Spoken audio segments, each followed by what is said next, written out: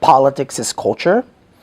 And I think until we can change the culture of how we talk about undocumented people like me and what illegal immigration is, we can't really change the politics of immigration. We're forever going to be stuck talking about the U.S.-Mexico border and the illegal in people's minds, if we don't actually try to kind of explore and explain why people do what they do, right?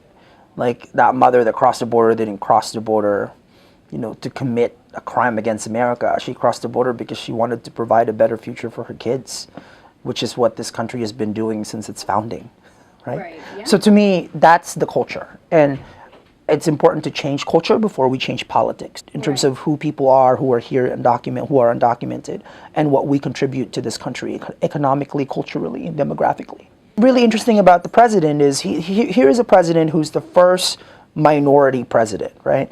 The president who would not have gotten elected president without the Latino vote and without the Asian vote. For example, the Asian vote in Virginia won Obama Virginia, right? But this is a president whose father came to America on a student visa from Kenya. The same president who never talks about immigration in a personal way.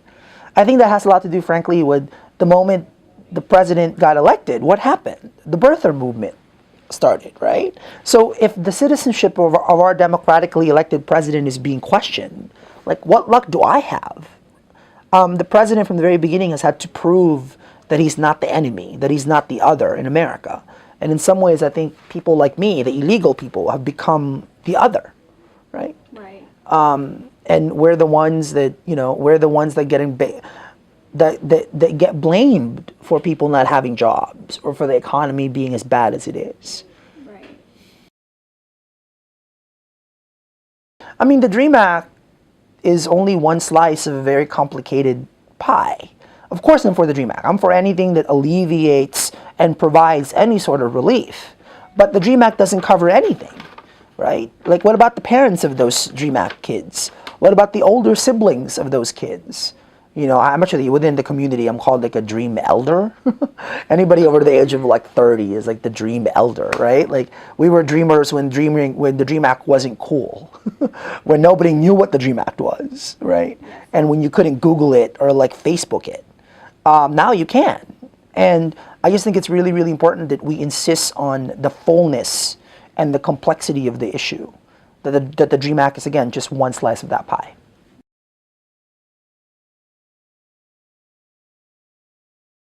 What's at stake is really the soul of white America.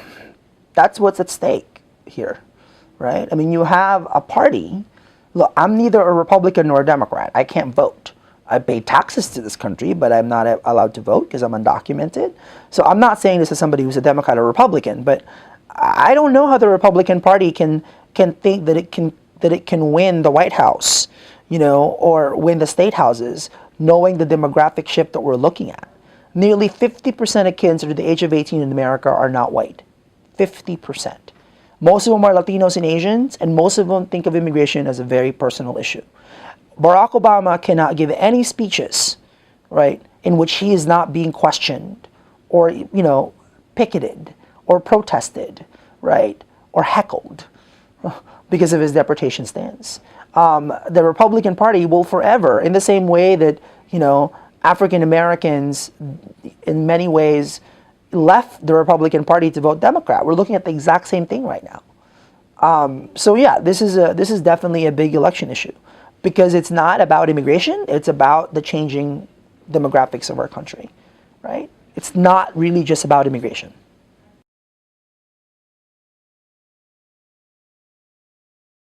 Well, I mean, I think the DREAM Act as it stands right now is pretty, quote-unquote, mainstream. I mean, what I would insist on is, again, like, how do we make this about the full 11 million, right? Like, how do we provide a process for everybody in this country who are here without papers, without documentation, to do right by the law, right? I mean, people always tell me, like, respect the law. Like, why did you think I came out?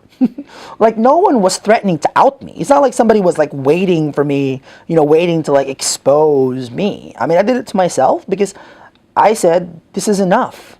Like, we have to figure out how we can have an honest conversation about this issue that's not riddled in, with politics, and not using the same sound bites that we use all the time, like amnesty, for example.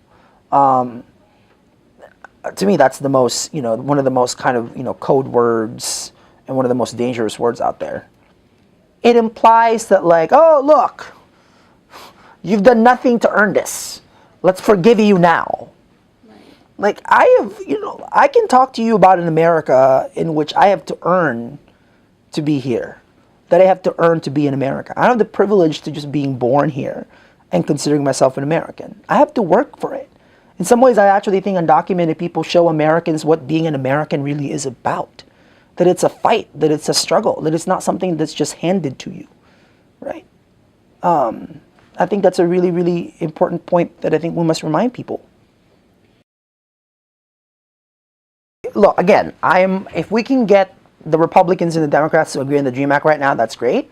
But how do we get them to address the full 11 million? Exactly. That's what I'm interested in. Yes. I'm interested in some sort of a process in which people like me can come forward, as I have, and say, look, I've been here. I've been paying taxes. I've been paying Social Security. I speak English pretty good, right? Pretty well. What else do you want me to do?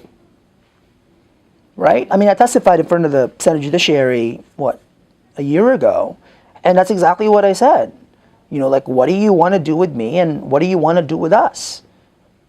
And this country cannot seem to answer that question. And why?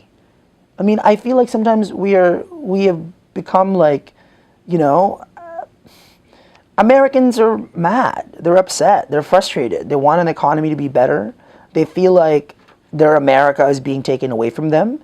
And you look around and they want someone to blame.